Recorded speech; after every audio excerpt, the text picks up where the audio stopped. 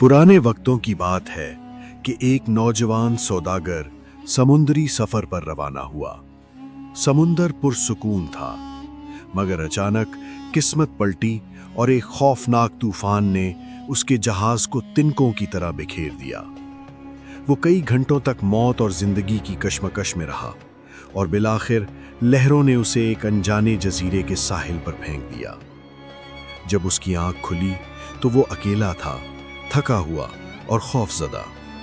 उसे लगा कि शायद ये उसकी जिंदगी का आखिरी दिन है। लेकिन फिर कुछ ऐसा हुआ जिसका उसने ख्वाब में भी नहीं सोचा था। जंगल से सैकड़ों लोग निकले, लेकिन उनके हाथों में हथियार नहीं बल्कि फूल थे।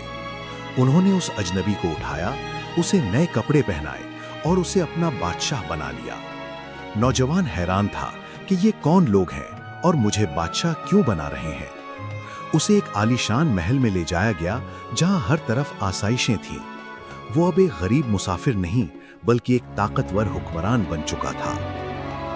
कुछ दिन गुजरे तो बादशाह की हैरानी बढ़ती गई। उसने सोचा कि मुफ्त में बादशाहत क्यों मिली। उसने एक बूढ़े दाना वजीर को बुलाया और पूछा, इस इज्जत का राज क्या है? वजीर ने अफसुर्दा होकर कहा, बादशाह सलामत, हमारे जजीरे का एक अजीब कानून है। हम जब भी कोई अजनबी आता है उसे 5 साल के लिए बादशाह बनाते हैं। लेकिन बादशाह ने घबरा कर पूछा, लेकिन क्या? वजीर ने खिड़की से बाहर इशारा किया, वो सामने वाला जजीरा देखें। 5 साल पूरे होने पर हम बादशाह को गिरफ्तार करते हैं और इस वीरान खौफनाक जंगल में फेंक देते हैं, जहां खाने को कुछ नहीं और सिर्फ जहरीले सांप और दरिंदे हैं। साबिका तमाम बादशाह वहीं भूख और प्यास से तड़प कर मर गए। ये सुनकर बादशाह के पैरों तले जमीन निकल गई। उसे अपनी मौत साफ नजर आने लगी। लेकिन ये बादशाह पिछले बादशाहों जैसा बेवकूफ नहीं था।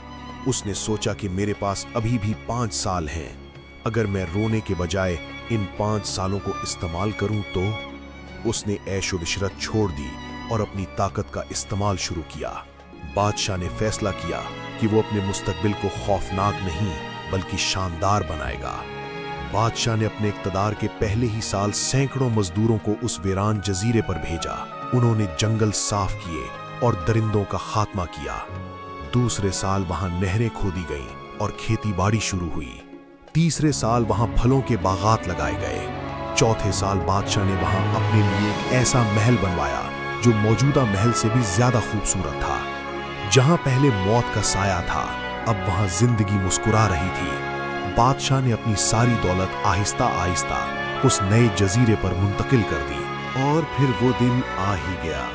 5 साल मुकम्मल हो गए। दस्तूर के मुताबिक सिपाही बादशाह को लेने आ गए। रियाया रो रही थी क्योंकि ये बादशाह बहुत नेक था।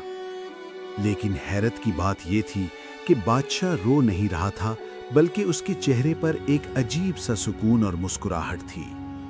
वजीर ने हैरान होकर पूछा, बादशाह सलामत, पिछले तमाम बादशाह इस वक्त रोते हुए गए थे।